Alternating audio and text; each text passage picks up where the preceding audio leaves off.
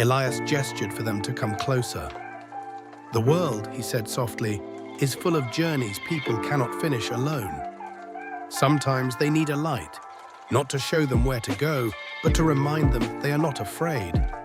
Theo's lantern began to glow brighter, its golden light slowly blending with the one by the door.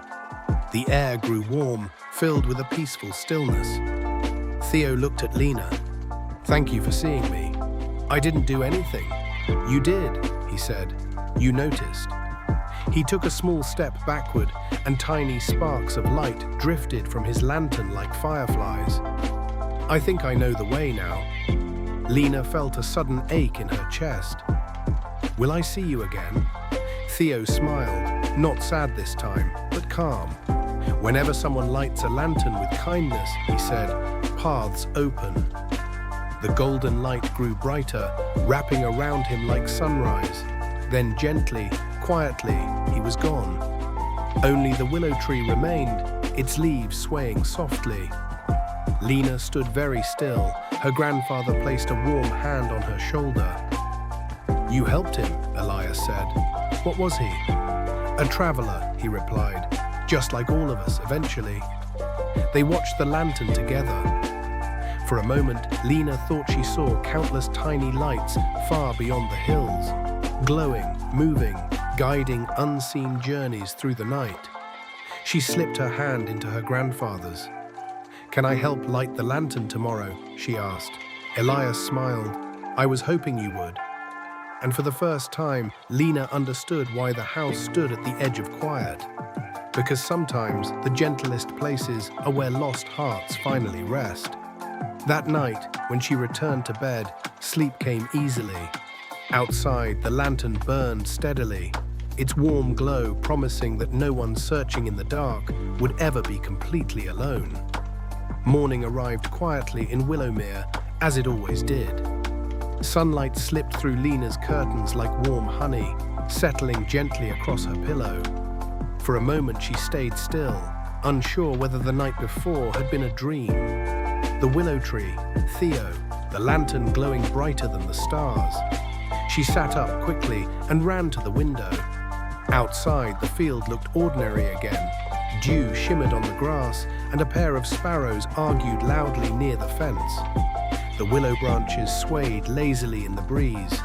Nothing unusual, except for one thing. The lantern by the door was still lit. It almost never burned after sunrise. Lena hurried downstairs. Her grandfather stood at the kitchen table, pouring tea into 2 cups. Steam curled upward in soft spirals, carrying the scent of chamomile and something sweeter she couldn't name. "You noticed," Elias said without turning. "The lantern," Lena replied. "Why is it still on?" He handed her a cup and motioned for her to sit. "Sometimes," he said gently, "after a traveler finds their way, the light lingers a little longer, like a goodbye."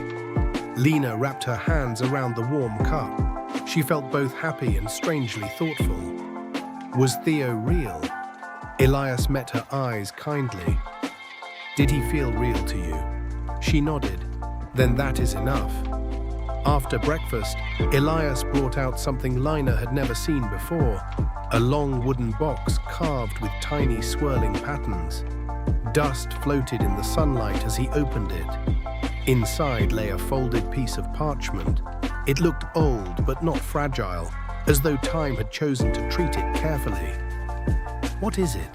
Lena whispered. "A map," Elias said. She leaned closer. Lines slowly appeared across the parchment as if drawn by invisible hands. Paths curved and crossed like rivers. Small golden dots shimmered in different places. "It's moving," she gasped. "The paths change," Elias explained, "because people do." Lena traced a finger near one glowing dot. "Are these villages?" "Some are," he said. "Others are moments, choices, memories, places only the heart recognizes." She didn't fully understand, yet the map felt comforting, like looking at the sky and knowing stars existed even if you didn't know their names. One dot near Willowmere glowed brighter than the rest. "That one," Lena said. Elias nodded. That was Theo. The light flickered once, then faded gently. Lena felt a quiet warmth instead of sadness. He made it, she said softly. Yes, her grandfather replied, he did. Later that afternoon, Lena carried bread to Mrs. Alder's bakery at the center of the village. Willowmere moved slowly, as if everyone agreed there was no reason to rush. Neighbors waved. Cats slept wherever sunlight landed. Wind chimes sang from open windows. As Lena walked, she noticed something new. People seemed lighter today. Mr. Rowan, who usually frowned while sweeping his shop steps, hummed under his breath. Two sisters who often argued walked hand in hand. Even the old clock tower bell sounded softer. It felt as though kindness had spread quietly overnight. At the bakery, Mrs. Alder handed Lena a warm cinnamon roll. For helping your grandfather, she said with a wink. Lena blinked. How did you know? In a valley where mornings arrived softly and evenings never hurried, there lay a small village called Willowmere. It was not marked on most maps, and travelers rarely found it unless they were lost or needed rest without knowing it. The village sat between rolling green hills and a silver lake that reflected the sky so clearly that birds sometimes dipped low, thinking they were flying into another world. At the very edge of Willowmere stood a little crooked house with blue shutters and a chimney that leaned slightly to the left, as if listening carefully to secrets carried by the wind. This was where Lena lived. Lena was 10 years old, though she often felt older when she watched the sunset alone from her window. She had soft brown hair that refused to stay tied and eyes that noticed small things, the way dew gathered on petals or how cats blinked slowly when they trusted you.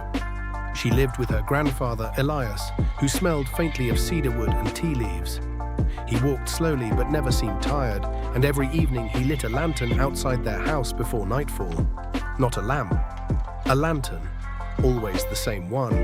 It glowed with a warm golden light that felt different from ordinary fire, softer somehow, like kindness made visible. Why do you light it every night? Lena asked one evening as she sat on the wooden steps, hugging her knees. Her grandfather smiled without looking up from the lantern. So people can find their way, he said. But nobody comes here. Elias chuckled quietly. You'd be surprised who travels at night. Lena wasn't sure what he meant, but she liked the answer anyway. That night, the wind carried the scent of rain, though the sky remained clear.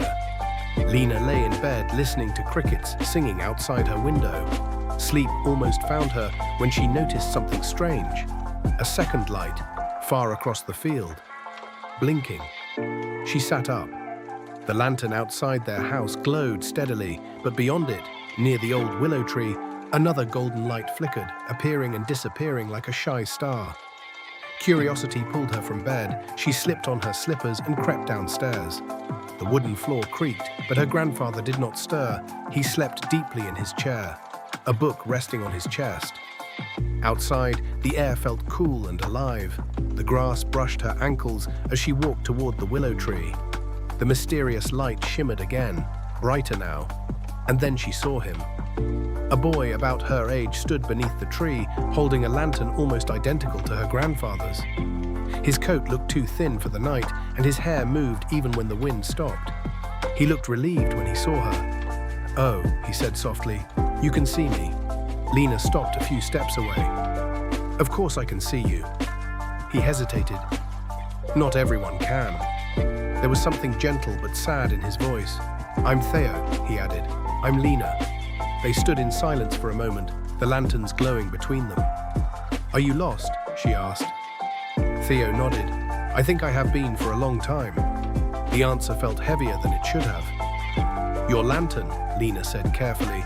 "It looks like my grandfather's." Theo's eyes brightened. "Then this must be the right place." "The right place for what?" He looked toward the house at the edge of the field, where Elias's lantern shone steadily. "For finding the way home." A breeze passed through the willow branches, making them whisper overhead. Lena noticed something strange then. Theo's footsteps made no sound in the grass. She wasn't frightened.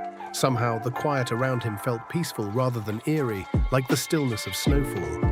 My grandfather lights that lantern every night, she said. He says it helps people. Theo smiled faintly. Yes, it does. He lifted his lantern slightly, and its light pulsed warmly. When lanterns like these glow, he explained, they show paths that can't be seen in daylight. Paths for people who are between places. Lena frowned. Between, Theo searched for words, between where they were and where they belong next. She didn't fully understand, but her heart told her this was important. Are you leaving? She asked quietly. Soon, he said, but I didn't know how to go. I kept walking and walking, and every road felt wrong, until tonight. He looked toward her house again. The lantern called me. Lena turned back. The golden light by the door seemed brighter than ever, warm enough to chase away every shadow. Come on, she said suddenly. You should meet my grandfather. Theo hesitated. He already knows.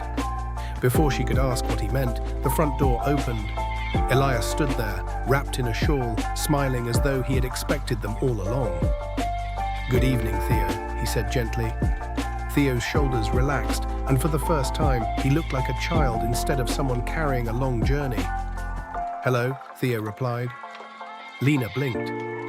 You do know him? Her grandfather nodded. Lantern keepers meet many travelers. Lantern keepers? Not restless, just listening. Ever since she had lit the lantern herself, something felt different. As if the night were no longer empty, but full of gentle waiting. She didn't know what she was waiting for, only that it would come. And it did. A soft sound reached her window. Not knocking, not footsteps, more like hesitation. She slipped out of bed and looked outside. At first, she saw nothing but moonlit grass. Then, near the fence, a small figure stood perfectly still, smaller than Theo had been. Lena grabbed her sweater and hurried downstairs.